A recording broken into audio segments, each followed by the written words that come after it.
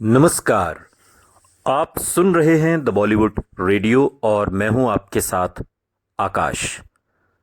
दोस्तों, आज के इस पॉडकास्ट में एक किस्सा है राजेश खन्ना का और बात अमिताभ बच्चन की भी होगी।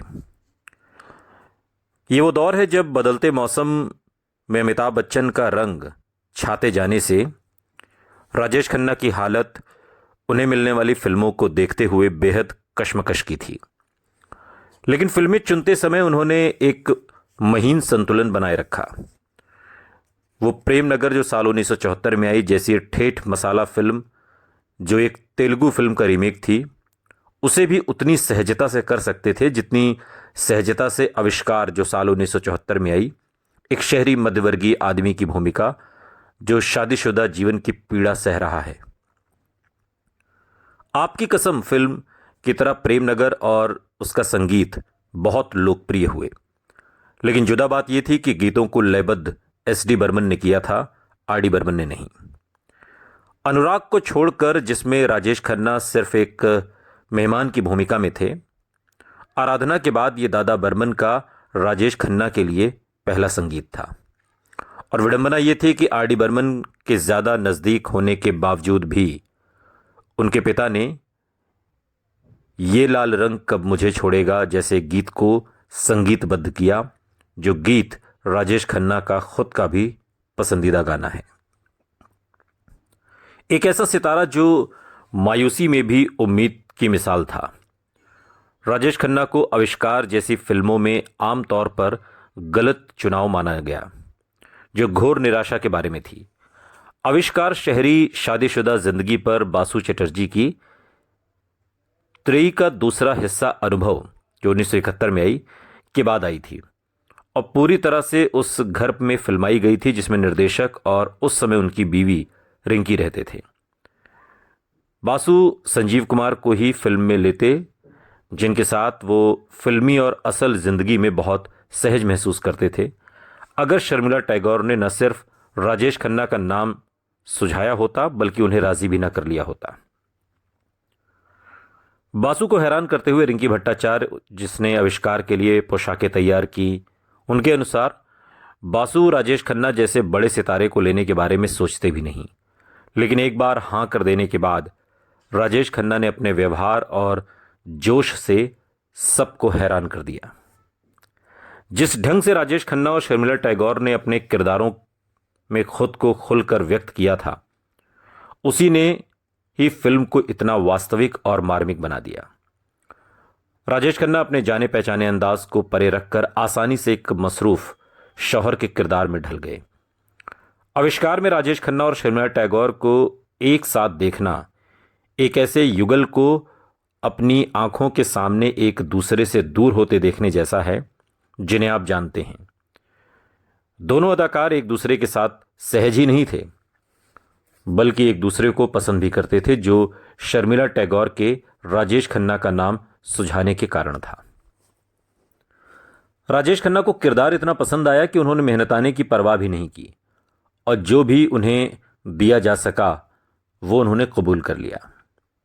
सेट पर पहुंचते ही राजेश खन्ना बासु की उम्मीद से ज्यादा अच्छा काम करते रहे और इतना सहज महसूस कराते रहे कि वो बासु और रिंकी को अपना दोस्त मानने लगे। आविष्कार में राजेश खन्ना की अदाकारी उनकी दिल से की गई भूमिकाओं में से एक है और उसने ही उनका तीसरा और आखिरी फिल्म फेयर पुरस्कार दिलाया और राष्ट्रीय फिल्म पुरस्कारों में भी बेहतरीन अभिनेता का उल्लेख राजेश खन्ना को मिला। दिल्ली स्थित पत्रकार गौतम कौल को कुछ जुदा ढंग से एक घटना याद है। कौल जिसका दावा करते हैं कि वो बासु को इतनी अच्छी तरह से जानते थे कि दोस्त कह सकें। उन्होंने 2012 में राजेश खन्ना के स्वर्गवास के बाद एक लेख लिखा।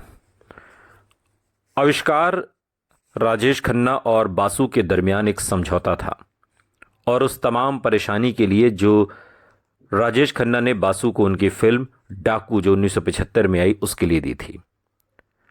कौल ने लिखा कि अंजू महेंद्रू से रिश्ता टूटने के बाद ठुकराए हुए राजेश खन्ना ने डाकू, जिसमें कदाचित अंजू महेंद्रू थीं, उसके सारे प्रिंट और नेगेटिव खरीद लिए थे ताकि फिल्म दिन की रोशनी रोशनी में न देख पाएं,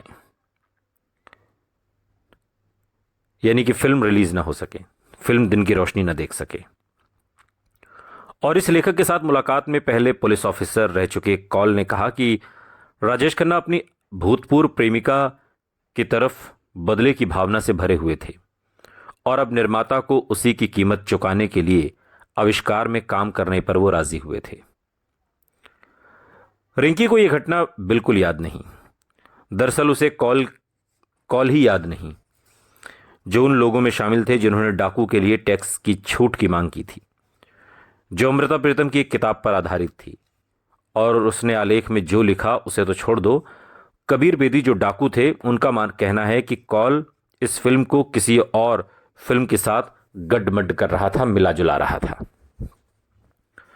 रिंकी को याद है बाद के दिनों में एक इंटरव्यू में वो कहती हैं कैसे 50 दिन के कार्यक्रम के दौरान जो कुछ सालों में फैला था, राजेश खन्ना सहयोग का आकार रूप थे। तारीखों के टकराव के अलावा राजेश खन्ना की तरफ से कोई परेशानी नहीं हुई। उनका कहना है कि यह भी जोड़ा कि राजेश खन्ना ने कभी अपनी धाक नहीं जमाई। असल में तो रिंकी का यह भी कहना था कि शर्मिला टैगोर जो उनकी करीबी दोस्त थीं, उन्होंने राजेश खन्ना के मुकाबले ज़्यादा पैसा भी लिया था और कम मददगार भी थी। राजेश खन्ना को पूरी व्यवस्था इतनी करीबी और सहज लगी कि घर जैसा महसूस हुआ। हो सकता है कि बासु की तरह ही जो अपनी असल जिंदगी की परेशानियों के इजहार की तलाश में थे, राजेश खन्ना भी अपने लिए कुछ जवाब ढूंढ रहे हों। जिन दिनों आविष्कार की शूटिंग चल रही थी, राजेश खन्ना अभी अंजू महेंद्रू से मिलते रहते थे और इनकी को याद है कि किस तरह हिंदी सिनेमा का सबसे बड़ा सितारा कभी कभी अपनी महबूबा और उसकी मां से डरता था। रिंकी को एक खास रात बहुत अच्छी तरीके से याद रही जो एक इंटरव्यू में उन्होंने साझा की कि जब वो देर तक शूटिंग करते रहे, आखिरकार जब बासु ने पैकअप का ऐलान किया तो राजेश खन्ना ने पति पत्नी से उनके साथ अंजू के घर तक चलने को कहा। उन्होंने बताया कि उस दिन अंजू का जन्मदिन था और वो अकेले वहां जाने से डरते थे। रिंकी के मुताबिक वर्सोवा में अंजू का घर, जहां उस वक्त आबादी बहुत कम थी, उस इलाके के चंद एक घरों में से एक था और उस पर पूरी तरह राजेश खन्ना का पैसा लगा था। रिंकी कहती हैं कि उसने किनारे रहकर सब कुछ देखा और जब अचानक राजेश खन्ना ने डिंपल से शादी कर ली, वो भी अंजू ने चुपचाप खामोश रहकर देखा, महसूस किया या स्वीकार भी।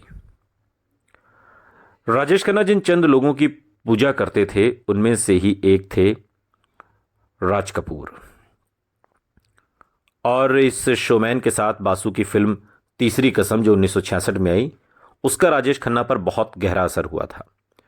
वो अक्सर बासु और रिंकी को अपने मशहूर शराब के दौर के लिए आशीर्वाद में बुलाते और हालांकि वो दोनों कभी शराब नहीं पीते थे, फिर भी देर रात तक राजेश खन्ना की मौज मस्ती का हिस्सा बने रहना चाहते।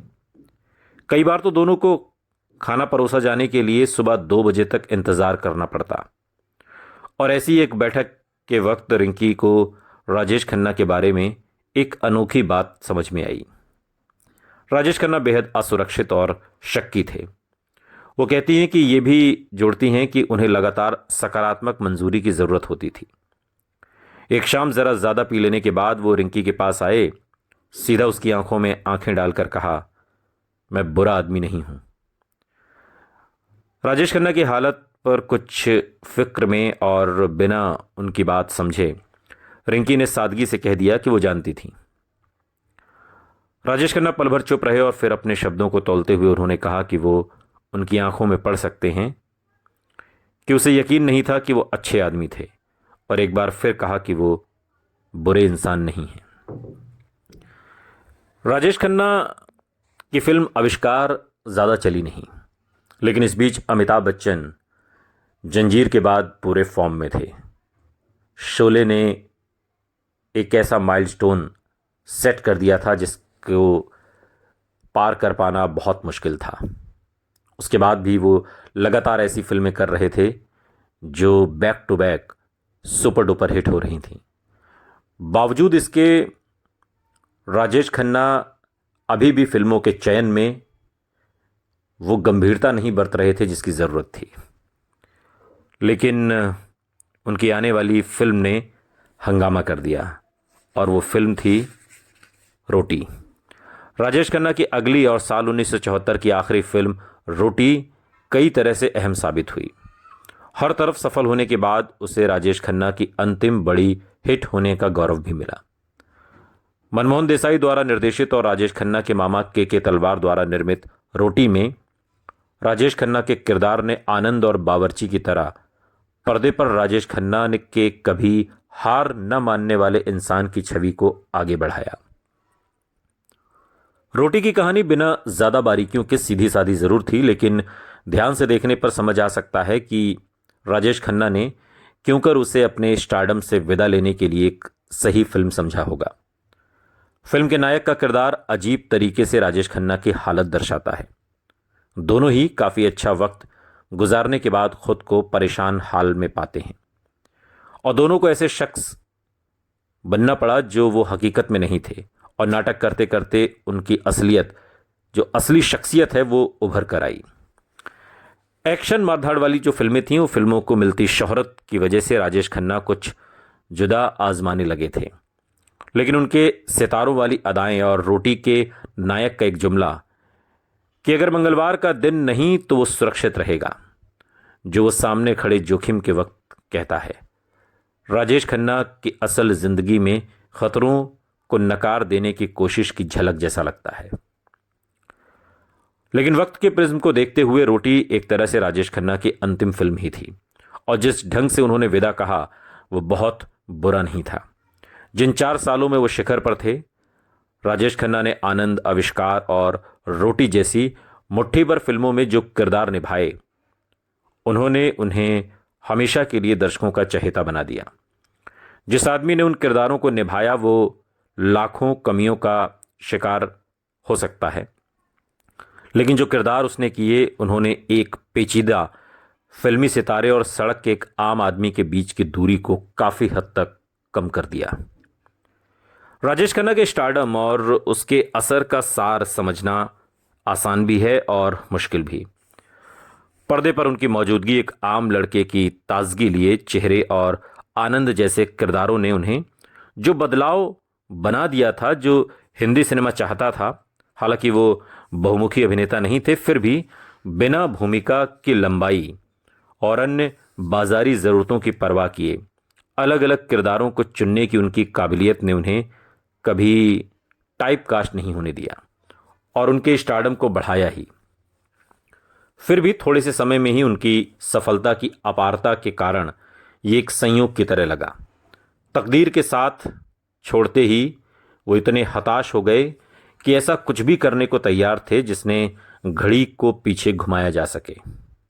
हो सकता है कि आखिरी कुछ फिल्मों ने उन्हें भरोसा दिलाया हो कि वो दौड़ में वापस शामिल हो गए थे, लेकिन उनकी तकदीर आपकी कसम फिल्म की इस उदासी भरी लाइन की तरह गूंज रही थी। जिंदगी के सफर में गुजर जाते हैं जो मकाम, वो फिर नहीं आते। सुनते रहिए द बॉलीवुड रेडियो, सुनता है सारा इंडिया।